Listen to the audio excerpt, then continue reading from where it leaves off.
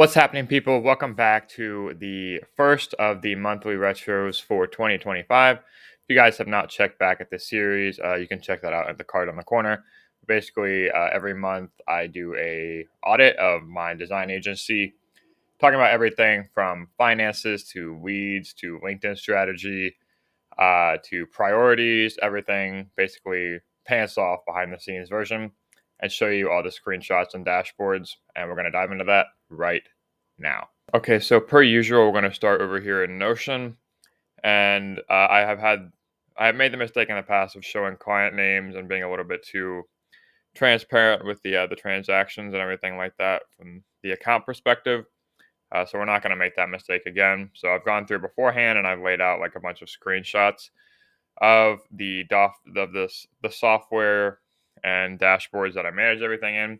So if you guys haven't looked at the past episodes, I usually do a walkthrough of Notion. I go into my CRM software for the business, which is everything is run in Moxie. I do all my accounting and payments through, it all runs through Moxie, but I do everything through Stripe. And then financial management, where you see these screenshots come from, is basically an aggregator. So a software called Monarch Money that kind of helps me tag and keep tabs on transactions for tax purposes and things, and it makes it really easy to categorize. All are really good recommendations for running a freelance business, and you can check those out. Reference the past videos. But total this month, this is our Moxie dashboard. So we had 1, 2, 3, 4, 5, 6, 7, 8, 9, 10 transactions from clients. This one was technically on the 31st, but it registered through on the 1st, so I just counted it this month, and I didn't count it as last month, so I'm not cheating. But we had a really good sprint towards the end, and the last 2 days there, we hustled and we got another project done, sort of a design sprint project, and it helped us to reach our goal. In order to reach 100K in a year, you need, what is that, per month? You need certain, I think it's 8,400 per month, something like that. My goal per month is 10K, just to account for budget and anything that may come up that you can't predict. This month, our income was 9,098. Our business expenses were 466.81. Personal income was 122. 122.18. That's just from interest and dividends from investments and stuff like that. Personal expenses were 1981. All of those towards rent and groceries and so forth. But yeah, so a lot of the business expenses this month were due to software. This is a screenshot of everything I run my business through. We had $100 to AmSpirit, which is our networking and referral group. $20 to Google Workspace. $240 for Moxie. That's a yearly subscription, so that's for our CRM. OpenAI for ChatGPT. LinkedIn Premium. This was for tax. This is for a tax strategy meeting I had. It was a $45 for an hour, and then Crimson Cup was for a networking event. I went and bought a client coffee, so ran it up on the transactions. I also use MileIQ to track my finances for gas and mileage. And I write that off at the end of the year taxes, but I can basically go in and into that app and categorize everything from within there. It makes it really helpful to have that resource. We have 9 paying clients this month, as you saw, through 10 total invoices. 3 of these are recurring payments. So that's something that we're going to be baking into the financial picture more, is getting the websites launched and also getting clients on, whether they be retainers or monthly marketing strategy packages, consulting, things like that. So we're doing a better job of upselling our current services, but we're not where we want to be in terms of consistent recurring revenue. So that is where we want to go and get to. If we look at we're going to go dive into LinkedIn next and look at some strategy here. So if I go ahead and hide this sidebar and I go into this month, I just recorded all these analytics. So I don't have a premium tracking software. I'm thinking about investing in Authored Up or Taplio to get a better feedback on these things, because I do spend a lot of time on LinkedIn. So it would be a worthwhile investment, I think. But I think in terms of just making do with where we're at, I think this is a good start. So where we are at right now, we had one converting client from organic LinkedIn. We had 110,000 impressions. We're up to 3,600 followers. Our best performing post of the month, as I'll show you, we crossed 1.2 million impressions on one post, our most viral post yet. And I'll go back into YouTube and LinkedIn to show you some of what's working well content wise. But this month, we had 24 posts because we post 5 days a week, and there wasn't 4 full weeks in the month. There wasn't 5 full weeks in the month, so we had 24 posts, 17 videos, 1882 engagements, and these aren't perfect metrics because it's the last 28 days, which is one of the only filters LinkedIn lets you set to. I don't know why that's the case. I think that's a little bit dumb that you can't tailor in the exact amount of days in the native LinkedIn analytics, which is very frustrating. But I've talked about that on here ad nauseum, so I'm not gonna bang the drum about that too much. So yeah, we had a pretty good month on LinkedIn relative to last month. I haven't been pushing the newsletter, but it's almost 850. Haven't uploaded a newsletter yet this year. It might be something I prioritize. I don't know.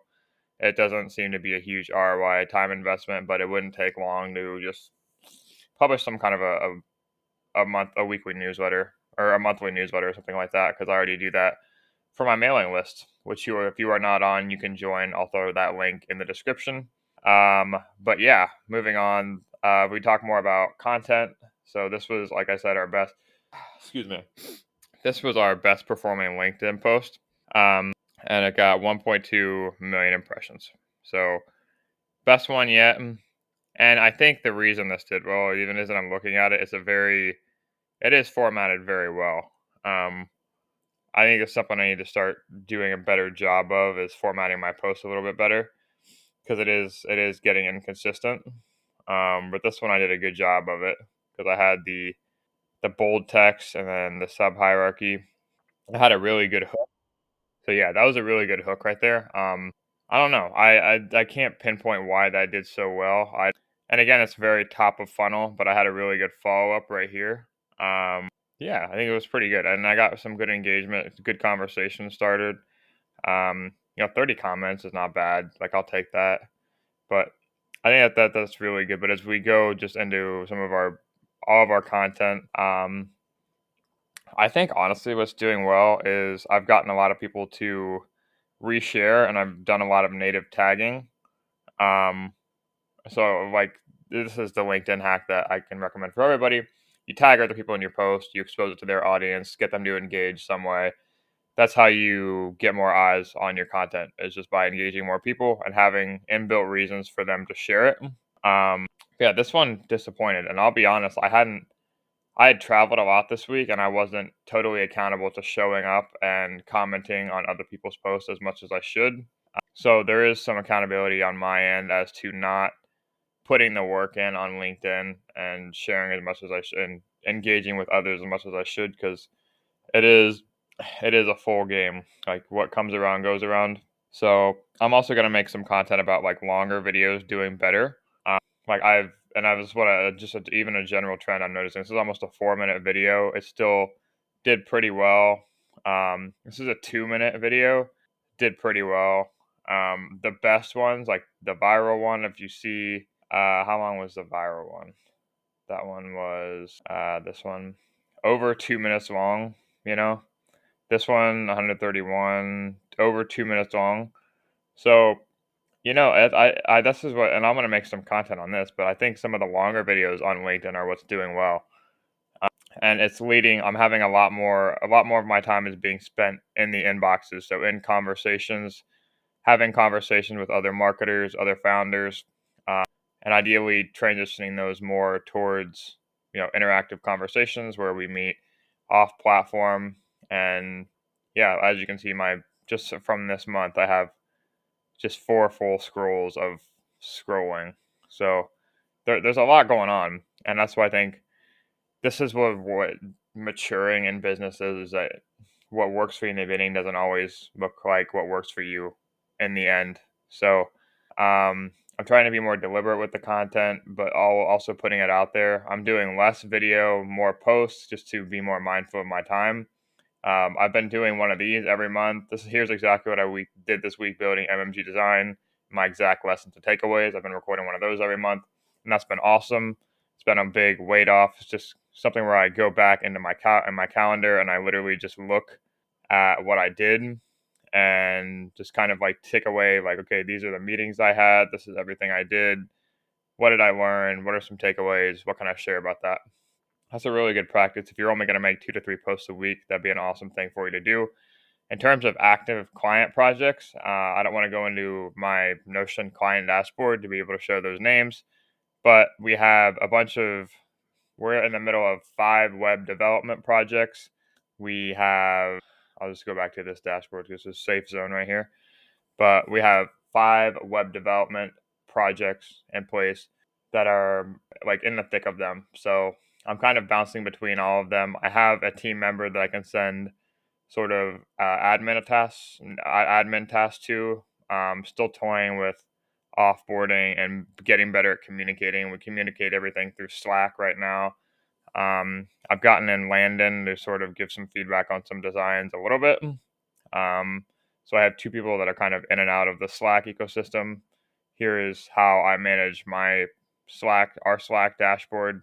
It's a bit scant right now, but we have our DMs, we have our team spaces, and we have the Start Here channel, which is where we do everything. So we have design, social, video.